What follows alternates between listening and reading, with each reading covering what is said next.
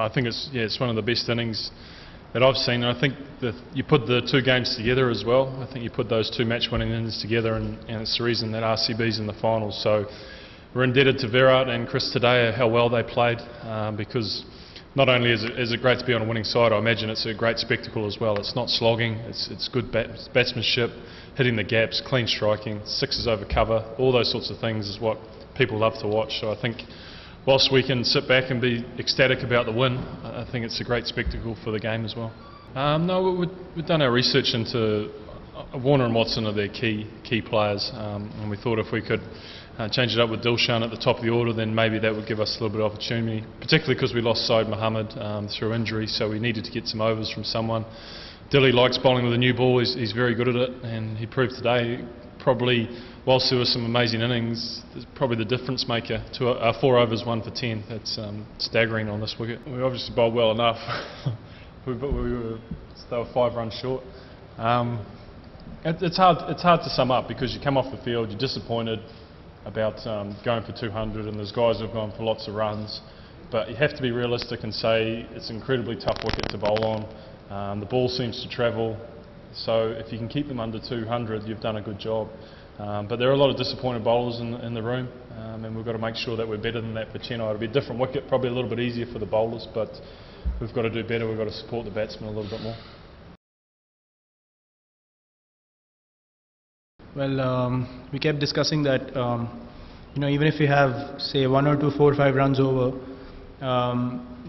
we can always cover it up later on. And with Chris batting at the crease, it's a given thing that you can get a 20-25 run over any point of time. So I just kept telling him that, we've got the runs in the over, so we can afford a single now. And it was just planning in the middle, and he understood the situation very well, and both of us understood what we had to do. We had to be at the crease for a long period of time because Delhi had got out, so that partnership was important. So I was just having a word with him that we both have to keep going till 13-14 overs, and just bring the difference down to maybe 10 or 15 between the runs and balls. So that was our main target out there, and pretty much were able to achieve that. I went inside, honestly, I didn't have anything in mind that I have to look at chasing 204. I was just thinking of enjoying my batting, and that's why I didn't play any cross the line shots at the start of my innings, because I just wanted to go out there and play correct cricket shots and just enjoy my game. And luckily I hit the gaps at the right times. I was still striking at about 200 without slogging the ball. So just thought of playing correct cricket shots, and Chris was at the other end, so that's always a cushion. You can take your time, take 5-6 balls and then play a shot. So the mindset was to just keep things simple and not get too overexcited or over nervous because of chasing 204.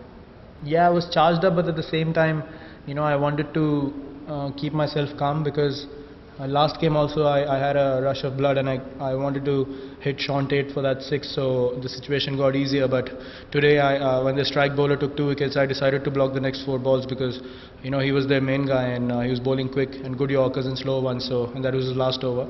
So I knew with the way I was hitting the ball today that you just need 3 or 4 balls to turn the match around again, and that's exactly what happened.